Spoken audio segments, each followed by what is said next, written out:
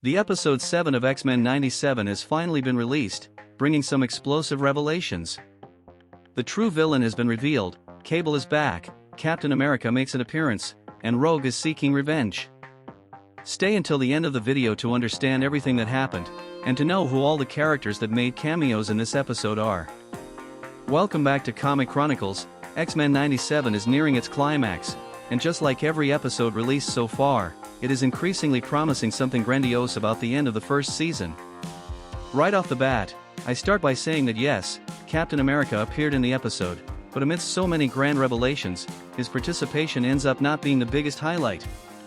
I will go into more details about Steve Rogers' cameo, but first, if you enjoyed episode 7 of X-Men 97, and want to see more videos about X-Men and Marvel here on the channel, leave a like on the video, and subscribe to the channel so that every day you receive updates on the news involving DC and Marvel, in addition to a lot of direct information from the comics.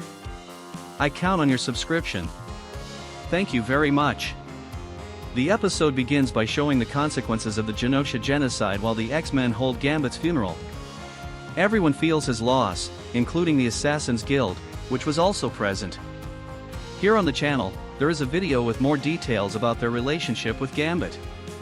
To learn more details, click on the card that is appearing on your screen.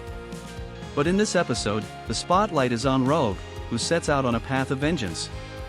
Cyclops demands help from the President of the United States to continue the search for people in the rubble related to the Genosha attacks, but the President is more concerned about the elections than supporting the mutants.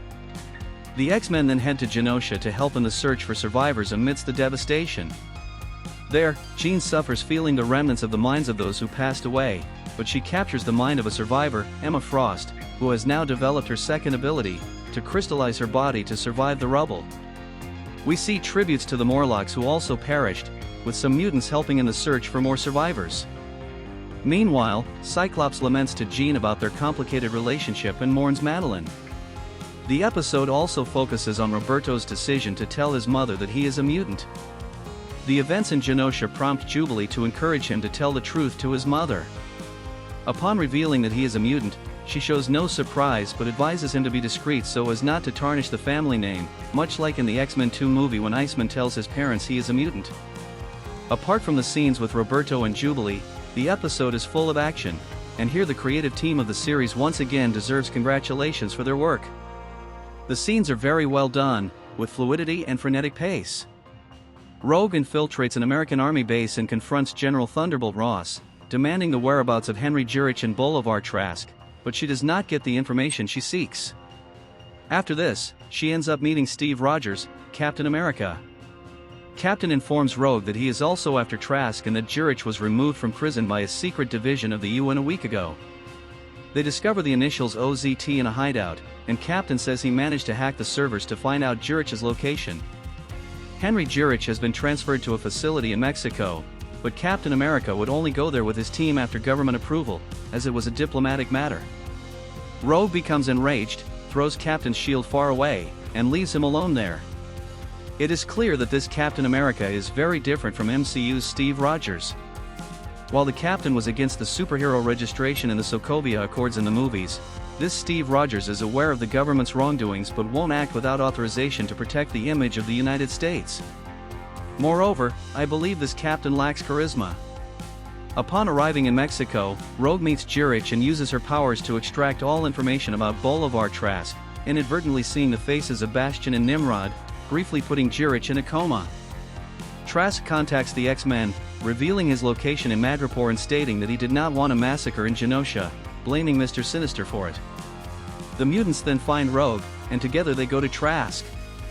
Jurich wakes up but is killed by Bastion. In Madripoor, the X-Men find Bolivar Trask, who claims to have been manipulated by Sinister, and reveals that Sinister is building a new kind of Sentinel, even worse than the Master Mold that attacked Genosha. Rogue prevents him from jumping but releases him when he claims he has no more information. The X-Men do not save Trask, but they find Rogue's actions disagreeable, except for Wolverine, who says she did what they all wanted to do. However, Trask is reborn as a human Sentinel after his death and effortlessly takes on all the X-Men. The fights at this point are sensational, with emphasis on the emergence of Quicksilver in the midst of this battle. Trask becomes unbeatable, and the X-Men only survive thanks to Cable, who returns and subdues Bolivar Trask. Cable reveals that someone much worse than Sinister is behind everything, and the X-Men need to stop him. At this moment, Jean reads Cable's mind and discovers that he is Nathan Summers, the son of Scott and Madeline. Cyclops is surprised by the revelation. The true villain of the season is then revealed to be Bastion. Mr. Sinister and Bastion can see what is happening in the Shi'ar Empire, witnessing Lilandra announcing her marriage to Charles Xavier. However, Xavier felt the mutants' deaths in Genosha instantly, so this scene with Bastion and Sinister undoubtedly takes place moments before the Genosha massacre. The episode ends by showing that Magneto is alive but imprisoned with an X-gene inhibitor collar placed on him by Bastion, who has plans involving Magneto. I must mention Nightcrawler in this episode. The way he interacts with Rogue gives the feeling that they are not just a team but a family. This episode was very intense. From Rogue's furious quest for revenge to the final battle against Trask, it was filled with intense moments. It seems that the episode also disproves the theory that Apocalypse is the true villain and Cable goes back in time to relive all the deaths in Genosha. The way the main characters are being developed is about moving forward despite the pain, evolving with the losses. I don't believe they will reverse the events, as it would diminish the weight of the previous episodes. Moreover, although Bastion may be the main villain of the season, Nimrod will reappear and prove to be the greatest challenge the mutants will have to face.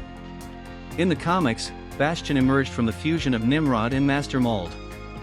In their first and final conflict with the X-Men, the Nimrod/Master Mold fusion was thrown into the Siege Perilous, where, accidentally, Rogue was also sucked in. Everyone who passes through this portal is judged and has the right to start a new life. This is what happened to the robot, now with a humanoid form. He was found by Rose Gilberti, who knew nothing about him but welcomed him as a son. Like everyone who passes through the portal, Bastion did not remember who he was or what he was. But gradually, his hatred for mutants prevailed, leading him to ally with powerful individuals who shared his views. Leaving his adoptive home and clandestinely working with the government, on the brink of creating Operation Zero Tolerance, Bastion began creating his version of Sentinels, known as Prime Sentinels. Unlike the previous Sentinels, these were cyborgs, humans with complex cybernetic enhancements, and not android robots. Bastion presented his proposals for mutant extermination to ambassadors from various countries. It seems that this will be adapted for the final episodes of this season, as we saw the OZT initials appear several times during this episode, in addition to these new Sentinels. Now I want to know your opinion. Did you like this episode of X-Men 97? Are you excited for the finale? Write in the comments, leave a like if you enjoyed the video, subscribe to the channel, and activate notifications to stay informed about everything Marvel and DC. Thank you very much, and see you in the next video.